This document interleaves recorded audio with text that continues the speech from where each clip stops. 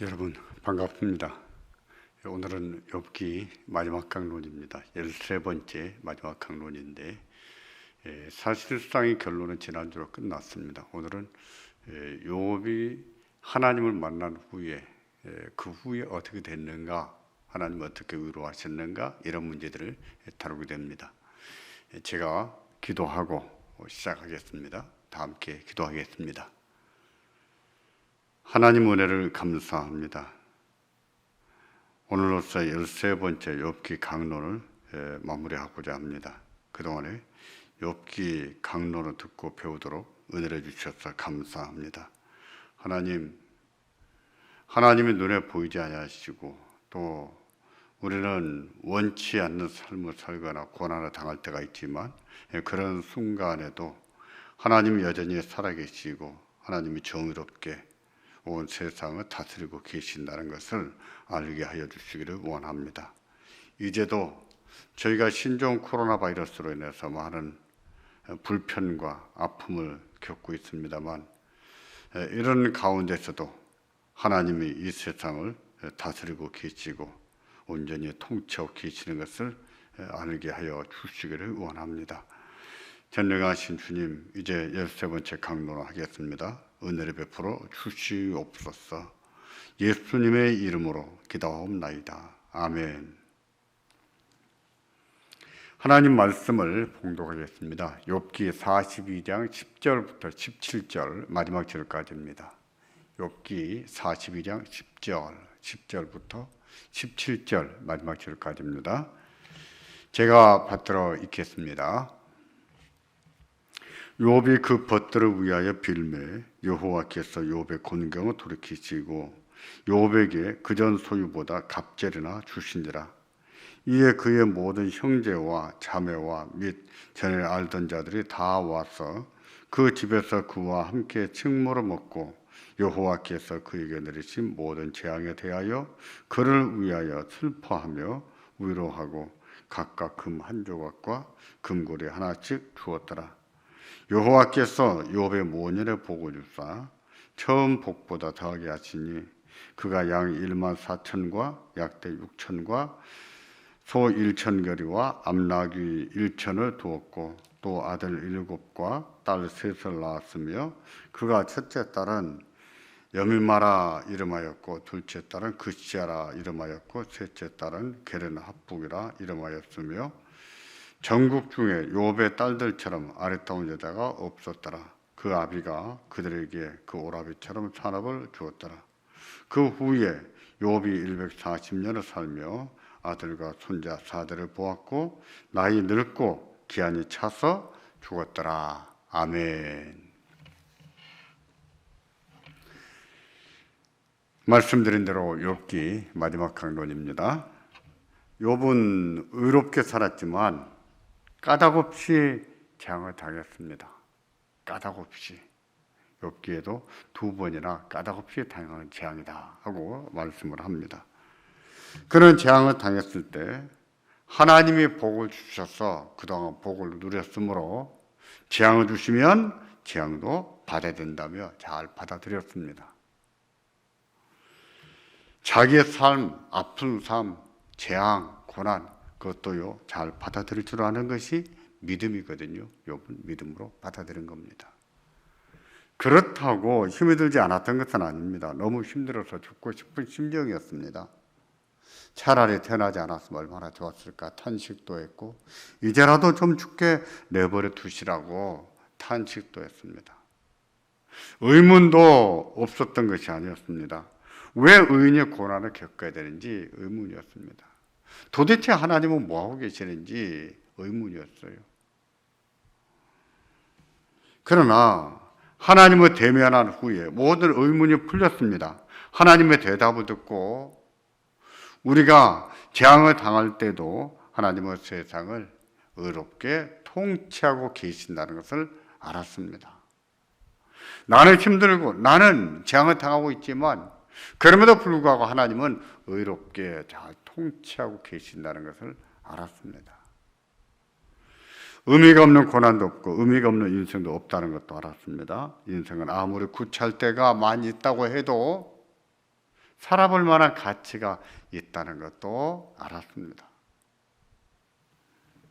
또 하나님은 하나님이시고 자신은 인생이라는 것을 알았습니다. 인간은 아무리 어렵게 살아도 하나님이 아닙니다.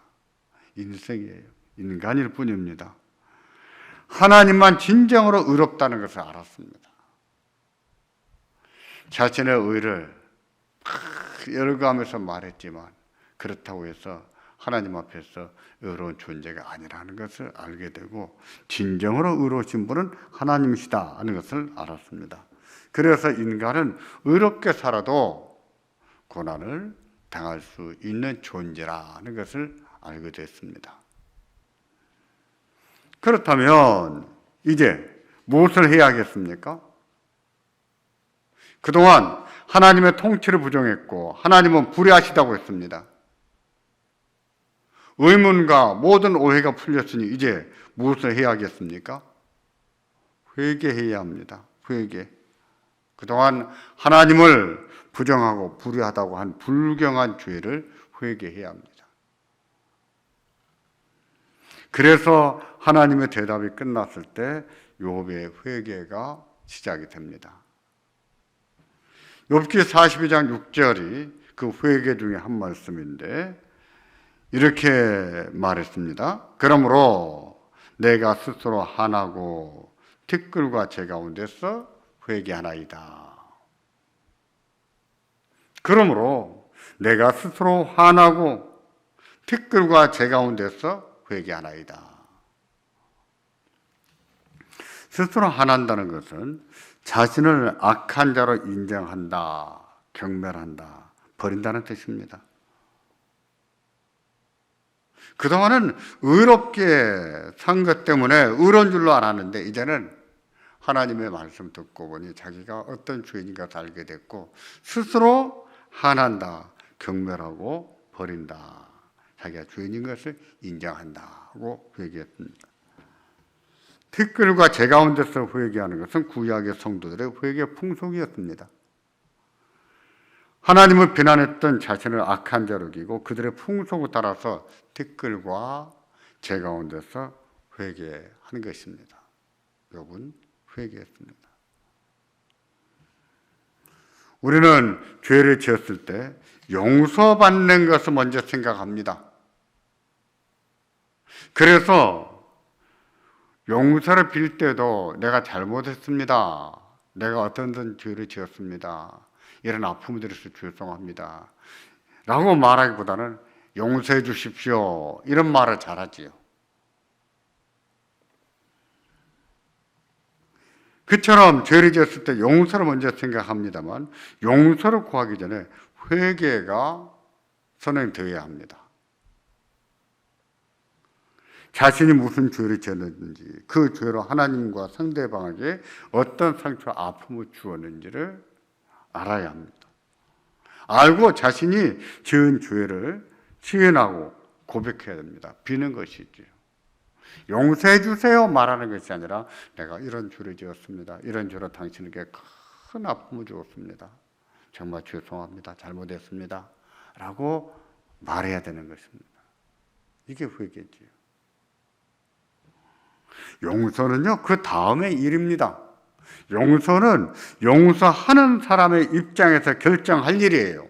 용서를 비는 사람이 꺼낼 용어가 아니에요. 용서를 베풀어야 될 사람이 사용해야 될 용어입니다.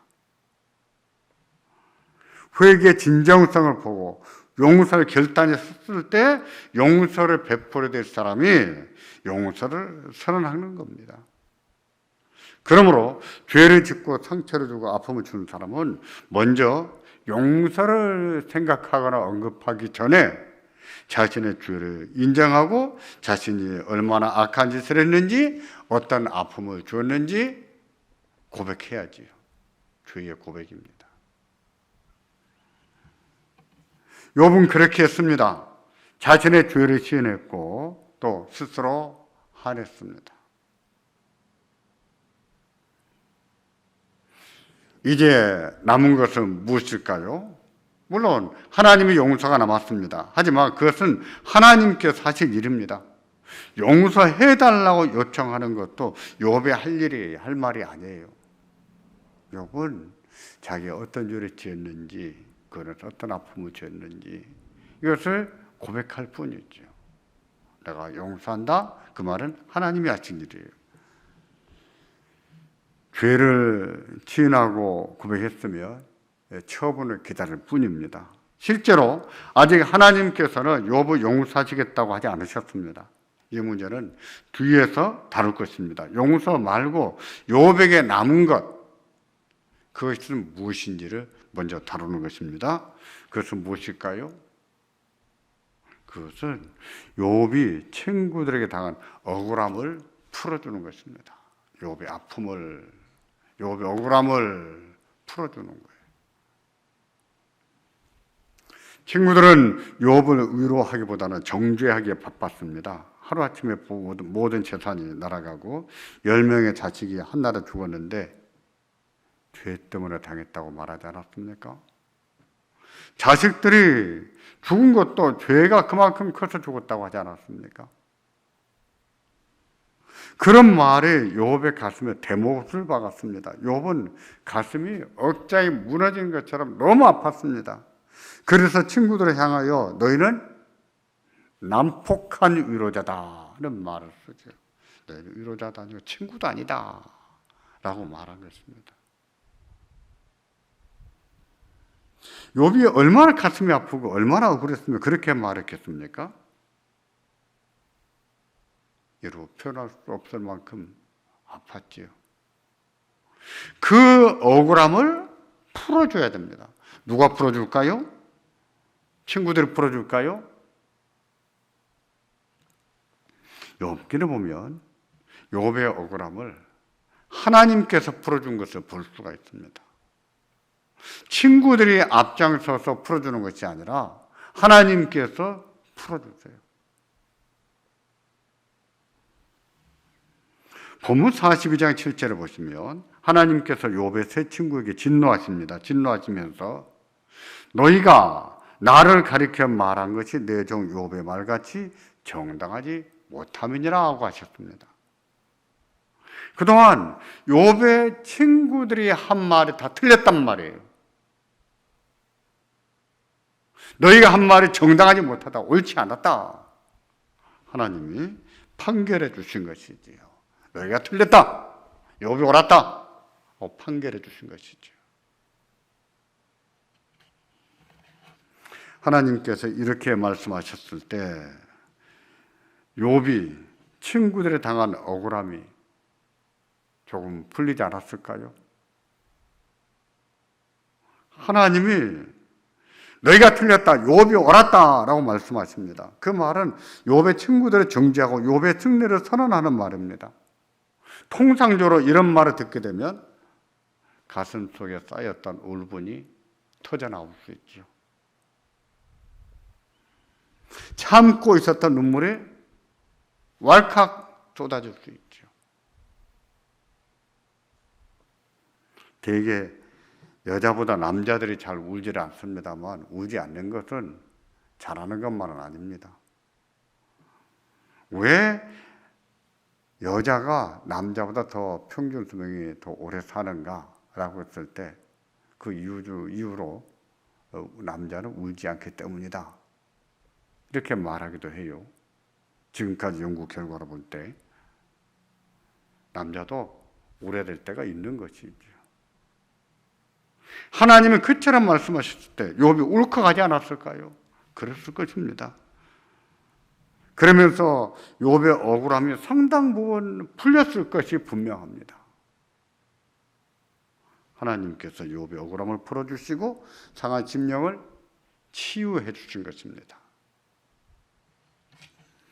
본문 42장 8절을 보시면 하나님께서 욥의 친구들에게 소송아지 7마리와 수양 7마리를 욥에게 가져가라고 합니다. 욥이 그들을 위하여 제사를 드리며 그들을 용서하시겠다고 하십니다. 이렇게 말씀하신 것은 하나님과 욥에게 회개하라는 뜻이거든요. 하나님께만 아니라 욥에게도 회개하라는 뜻이 있습니다. 그러면서 이런 말씀을 하십니다. 내 종 욥이 너희를 위하여 기도할 것인즉 내가 그를 기쁘게 받으리니 너희의 우매한 대로 너희에게 갚지 아니하리라. 만일 욥에게 재물을 가져가지 않고 욥을 통해서 제사 드리지 않는다면 하나님께서 용서하시지 않으시겠다는 뜻입니다. 용서하지 않으실 뿐만 아니라 그동안 지은 죄를 따라서 처벌하시겠다는 뜻이에요. 그렇게 하시면 욥의 친구들이 회개하겠습니까? 안 하겠습니까? 욥에게 재물을 가져가서 빌겠습니까? 안 빌겠습니까? 욥의 친구들은 하나님의 말씀을 거역할 수 없었습니다. 하나님 말씀대로 재물들을 욥에게 가져갔습니다. 욥은 그것으로 하나님께 제사를 드렸습니다. 그렇게 함으로 자기들의 잘못을 지어냈고 잘못을 빌었습니다. 이런 경우에 욥은 억울하지만 용서해야 합니다. 그동안 가슴에 맺힌 아픔이 다 풀리지 않았을지라도 용서해야 됩니다. 너희가 나를 비난할 때는 이전에 재물을 가져왔느냐? 라고 말하고 거부할 것이 아니라 제사를 드려줘야 하는 것이지요. 그래야 하나님께서도 욥을 기뻐하시고 욥의 마음도 풀립니다. 만일 용서하기를 거부한다면 마음의 억울함도 풀리지 않을 수 있고 또 여전히 분노 속에 고통을 당할 수 있습니다.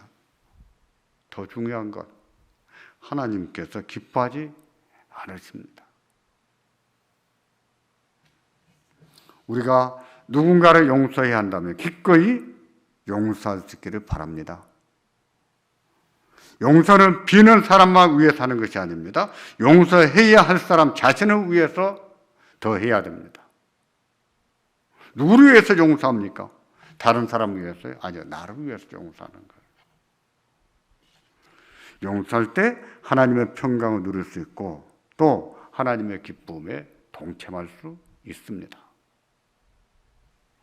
우리에게 죄를 지은 사람이 죄를 깨닫고 용서를 빌 때 기꺼이 용서할 수 있기를 바랍니다. 예수님의 마음으로 용서할 수 있기를 바랍니다. 그러면서 하나님께서 그리스도 안에서 주시는 평안을 누리시기를 주의 이름으로 축원합니다. 욥의 친구들은 그렇게 용서를 받았습니다. 욥도 억울한 마음이 많이 풀렸습니다. 그러면 욥의 죄는 어떻게 됐을까요? 욥의 죄가 뭐였습니까? 하나님의 통치를 부정한 것. 세상에는 복음의 원리가 없다 하므로 통치를 부정한 것이죠. 두 번째는 하나님은 불의하시다 라고 말한 것이죠. 의인이 고난을 당한 것을 볼 때 이런 것을 허락하시는 하나님이 나쁜 하나님이다 라고 하나님을 불의하다고 한 점입니다. 욥이 자신의 죄를 시인했고 회개하긴 했지만 아직 하나님께서 내가 너를 용서한다, 내가 너의 기도를 받아준다 라고 말씀하지는 않으셨습니다. 그런데 욥이 친구들의 죄를 용서했을 때 본문 42장 9절 마지막 소절에 하나님께서 이렇게 말씀하십니다. 여호와께서 욥을 기쁘게 받으셨더라. 하나님께서 욥을 기쁘게 받으셨더라. 욥이 자신이 지은 죄를 회개하고 친구들의 죄를 위해서 번제를 드렸을 때 하나님이 그 제물을, 그 제사를 기쁘게 받으셨다는 겁니다. 그 제사만 기쁘게 받으셨겠습니까? 욥은 기쁘게 안 받으셨겠어요? 욥도 기쁘게 받으셨어요. 욥의 회개도 기쁘게 받으셨습니다. 욥은 그렇게 함으로 용서를 받은 것으로 이해를 해야 됩니다. 욥은 그렇게 함으로 용서를 받았습니다. 마태복음 6장 14절을 보시면 주의 기도를 가르쳐 주신 예수님께서 이렇게 말씀하십니다. 너희가 사람의 과실을 용서하면 너희 천부께서도 너희 과실을 용서하시려니와 너희가 사람의 과실을 용서하지 아니하면 너희 아버지께서도 너희 과실을 용서하지 아니하시리라. 우리가 하나님의 자녀라면 우리에게 죄를 지은 자들이 회개할 때 용서해야 된다는 뜻입니다. 죄를 용서받기 원한다면 우리도 다른 사람을 기꺼이 용서해야 된다는 뜻입니다. 우리도 용서하기에는 너무 억울하고 너무 가슴이 아플 때가 있지만 그럴지라도 용서해야 한다는 뜻입니다. 용서할 때 억울함도 풀리고 평안과 기쁨이 있습니다. 용서의 기쁨이 있어요. 하나님께서 욥을 기쁘게 받으셨던 것처럼 우리도 기쁘게 받으십니다. 우리도 기꺼이 용서할 수 있기를 바랍니다. 욥은 재앙을 당하기 전에는 동방 사람 중에 가장 큰 사람이라고 했습니다. 목축 사회를 대표하는 재산은 가축이지요. 욥은 엄청나게 많은 가축을 소유했습니다. 그 많은 가축을 재앙을 당했을 때 다 잃었습니다. 그런데 욥기는 결론부에서 욥의 재산에 대해서 또 한 번 언급합니다. 언급하기를 42장 10절에 이렇게 말씀합니다. 욥이 그 벗들을 위하여 빌매 여호와께서 욥의 곤경을 돌이키시고 욥에게 그전 소유보다 갑절이나 주시니라. 참 중요한 말씀이에요. 욥이 그 벗들을 위하여 빌매 용서하고 그들의 제사를 하나님 앞에 드리는 겁니다. 여호와께서 욥의 곤경을 돌이켜 주셨고 또 한 가지요. 욥에게 그전 소유보다 갑절이나 주시니라. 중요하죠. 욥이 친구들을 용서하고 축복했을 때 욥의 곤경을 돌이키셨다는 것입니다. 돌이키시고 다시 재산의 복을 주기 시작하셨는데 나중에 보니 그전보다 갑절이나 더 많았다고 했습니다. 42장 12절에는 그 갑절을 구체적으로 숫자로 명시하고 있습니다. 이런 사실은 하나님께서 갑절이나 더 주셨다는 사실을 증명하는 겁니다. 확인해서 말씀하는 거예요. 이런 말씀은 왜 성경에 기록했을까요? 누구를 위해서 기록했을까요? 이런 말씀을 기록한 것은 우리에게 배우라고 기록했습니다. 오늘 이 시대를 살아가는 우리에게, 욥과 같은 인생을 살아가는 우리에게 배우라는 뜻으로 기록했습니다. 우리에게 고난 중에도 자신의 삶을 비관하지 말고 포기하지 않는 법을 배우라고 기록했어요. 고난 중에도 하나님을 경외하고 의지하는 법을 배우라고 기록했습니다. 그리고 용서해야 될 때 거절하지 말고 용서를 기꺼이 베풀라고 기록했습니다. 하나님께서 그 종들을 다시 축복하신다는 것을 알라고 기록했습니다.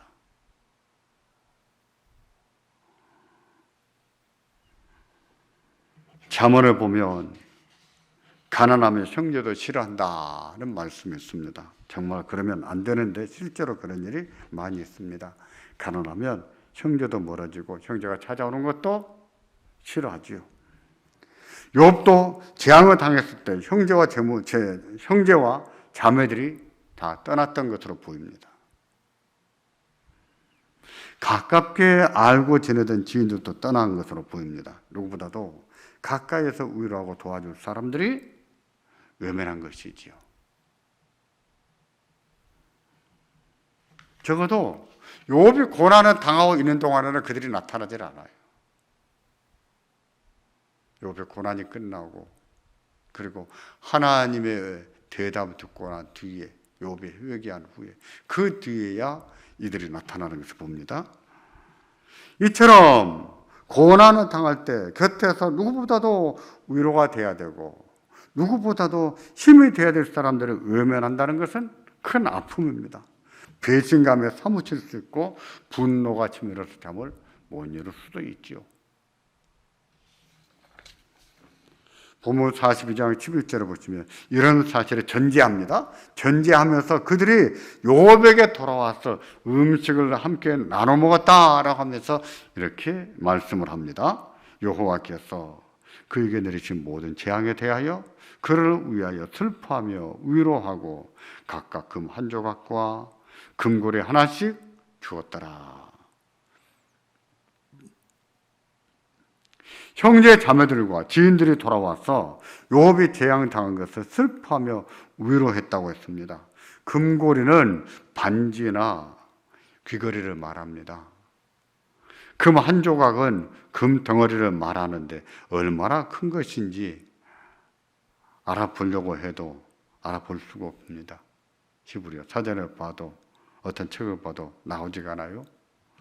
그러나 반지나 금덩어리를 취급하는 관습을 볼 때 그렇게 큰 덩어리는 아니었을 거예요. 금 한 돈, 아니면 두 돈, 아니면 세 돈, 그런 정도 아니었을까요? 그러면 그때 금고리와 금 조각을 준 사람이 몇 명이나 됐을까요? 결혼식 때 하객이 얼마나 되는가를 추측해 보면 어느 정도 예상이 가능합니다. 어떤 분은 하객이 200명, 어떤 분은 한 500명, 어떤 분은 한 1000명도 된다고 합니다. 욥기의 내용을 보면 욥의 도움을 받은 사람이 많았는데 상당히 많은 사람이 돌아와서 도와주리라 생각하는 것은 무리가 아닙니다. 자녀를 결혼시킨 분들, 그분들을 말씀 들어보면 축의금이 어떤 분은 한 2천만 원 됩니다. 어떤 분은 3천만 원 됩니다. 어떤 분은 1억 원도 된다는 말도 들어봤습니다. 욥의 도움을 받은 사람이 그 이상이면 이상했지 그 이하는 아니었을 것 같아요. 왜? 욥은 고아의 아버지 같이 살았고 과부의 보호자 같이 살았으니 말입니다. 가난한 자들의 보호자. 그렇게 살았으니 욥을 찾아와서 위로하는 사람은 우리보다 훨씬 더 많았으면 많았지 적지는 않았으리라 생각합니다. 제 상상이 그래요. 그 돈은 욥에게 큰 위로가 됐을 것이 분명합니다. 모든 재산이 날아가고 불타버린 처지에서 다시 재기하려면 뭐가 필요합니까? 종잣돈이 필요합니다. 그들이 갖다 준 금조각, 금고리 이런 것이 종잣돈이 됐을 거예요. 그 후로 욥이 240년을 살면서 전부 다 갑절이나 더 거부가 될 수 있었던 것도 그 종잣돈이 있었기 때문이 아니었을까요? 그렇게 보는 것이 자연스럽습니다. 이것도 욥의 억울함을 풀어준 것 중에 하나였습니다.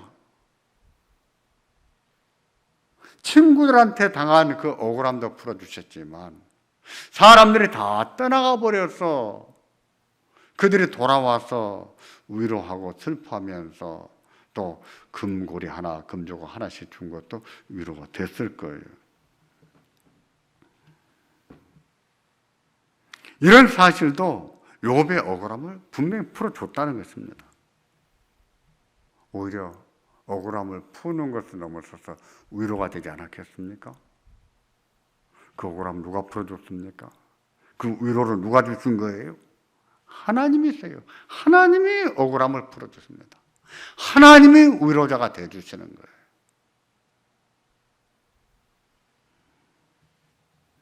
그렇다면 그 하나님께서 우리도 위로하지 않으시겠습니까?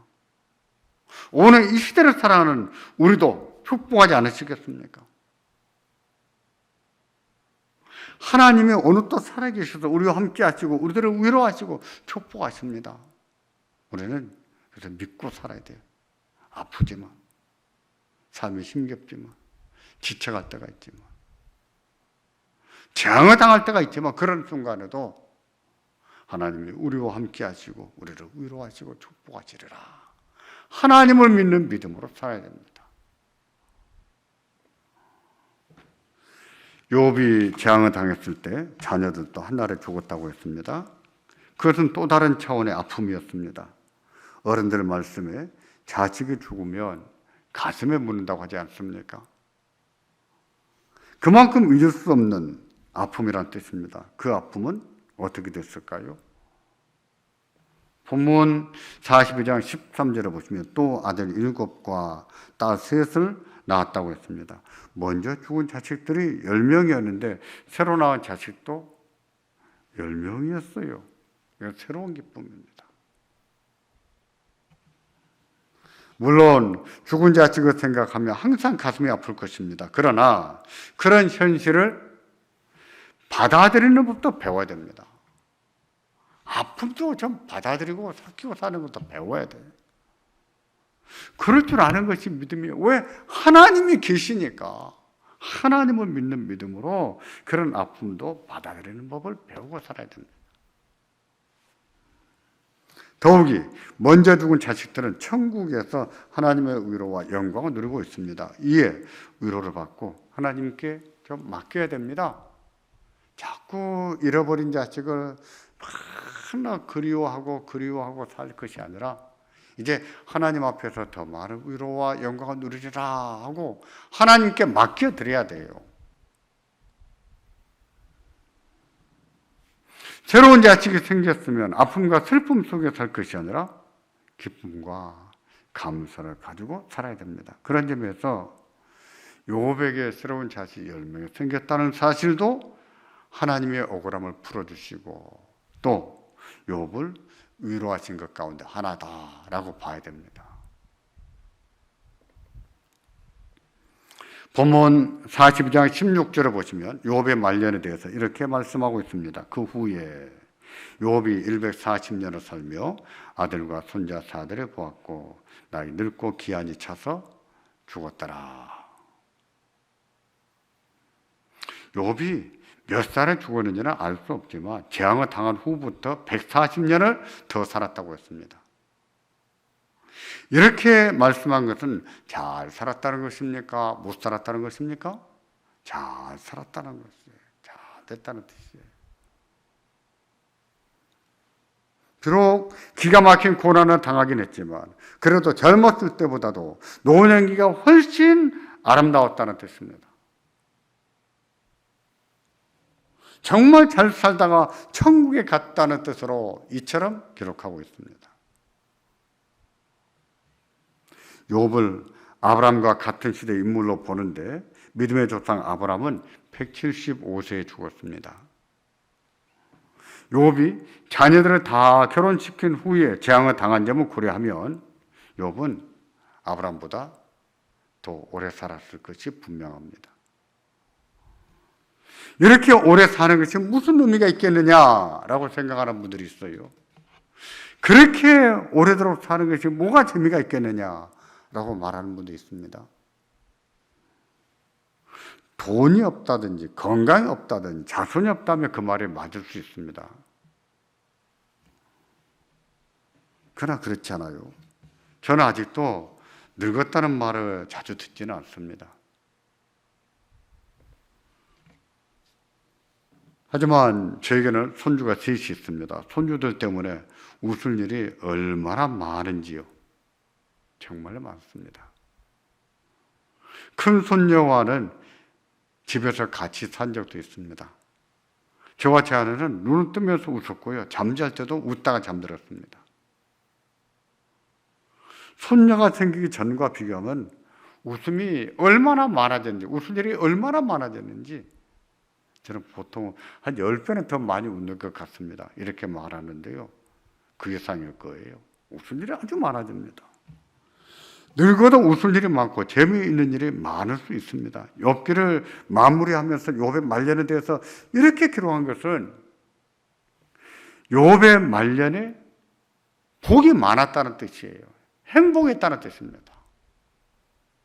그렇게 나이 많았었지만 그럼에도 불구하고 그는 다복하게 복이 많은 사람으로 행복하게 살다가 하나님 나라에 가셨다. 이런 뜻입니다.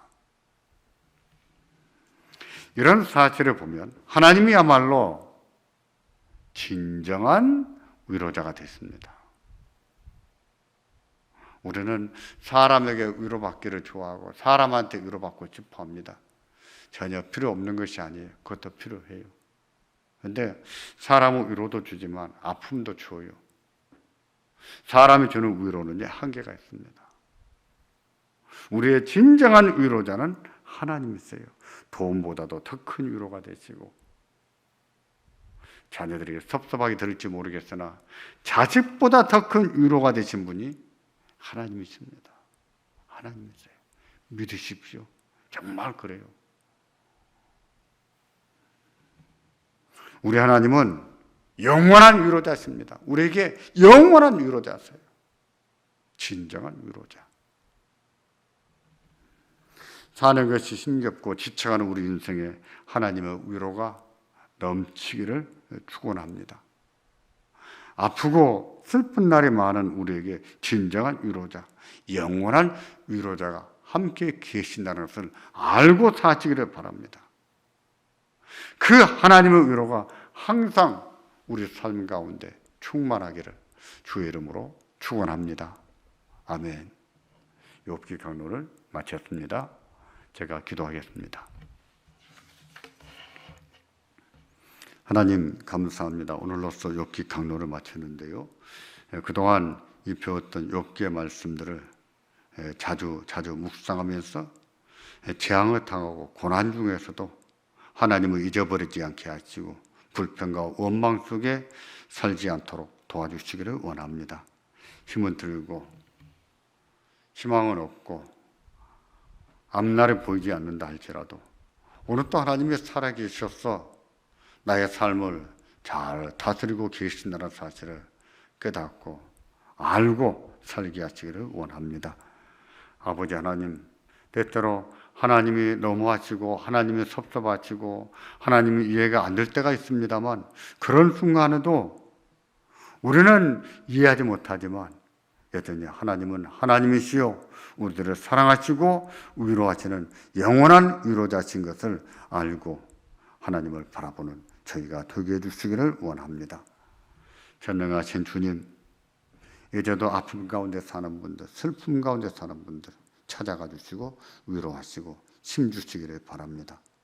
그동안 욥기 강론을 위해서 많이 애쓰신 분들, 또 열심히 듣고 배우는 분들을 위해 항상 주의 은혜가 함께 하시기를 바랍니다. 예수님의 이름으로 기도하옵나이다. 아멘. 욥기 강론을 마쳤습니다.